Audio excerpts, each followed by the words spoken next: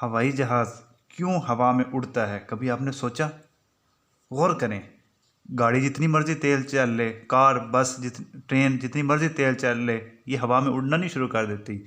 हवाई जहाज़ क्यों उड़ता है? तो दोस्तों, हवाई जहाज़ उड़ता है इस पर की वजह से। इस पर का डिज़ाइन इस तरह किया जाता है कि इसके पर के ऊपर वाली साइड के ऊपर जो हवा होती है ये तेज़ी से गुजरती है। ये स्ट्रीम लाइंस जो क्लोज हैं ये शो कर रही हैं कि हवा तेज़ी से फ्लो करेगी, और उसके नीचे जो है वो हवा स्लो गुजरती है।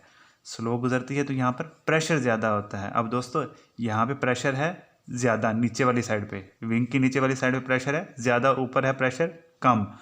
अब आप जानते हैं कि फ्लूइड जो है वो ज़्यादा प्रेशर से कम प्रेशर की वजह से फ्लो करता है। तो ये नीचे ज़्यादा प्रेशर, ऊपर कम प्रेशर, ये क्या करता है, जहाज़ को ऊपर उठाता है, और इस तरह करते करते जहाज़ हवा में उड़ना शुरू कर देता है।